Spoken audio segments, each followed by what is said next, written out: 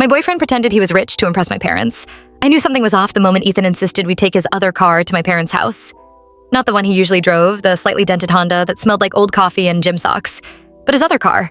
The way he said it, like it was obvious every adult man had a backup vehicle, preferably European.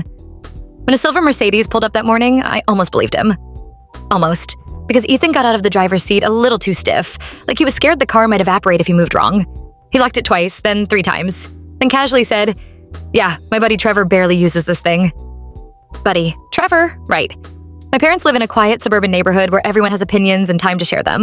The kind of place where dads size you up before you even make it to the porch. My father shook Ethan's hand and immediately asked, "So what do you do again?" "Investments," Ethan said without blinking. "Investments in what?" I wondered. "Crypto? Pokemon cards? The vending machine at his office?" Inside, the illusion continued. Ethan handed my mom a bottle of wine that looked expensive enough to require a trust fund. Later, I found out he borrowed it from his coworker's wedding gift stash.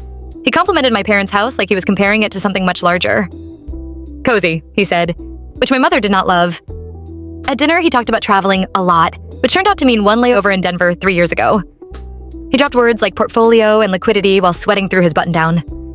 Every time my dad nodded approvingly, Ethan relaxed a little more, like he was getting away with something illegal. Then the borrowing escalated.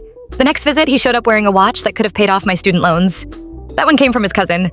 The weekend after that, he insisted on hosting dinner at his place, which turned out to be his friend Mark's apartment, with Mark hiding in the bedroom like a witness protection program participant. By the time my parents asked about his boat, I realized we were in too deep. "A boat?" I asked him later, whisper yelling in Mark's kitchen. He rubbed his face. I might have mentioned one, hypothetically. The boat came from Craigslist photos. What finally broke it wasn't my parents.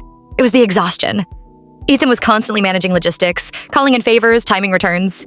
He couldn't enjoy anything because he was busy performing wealth like it was a full-time job.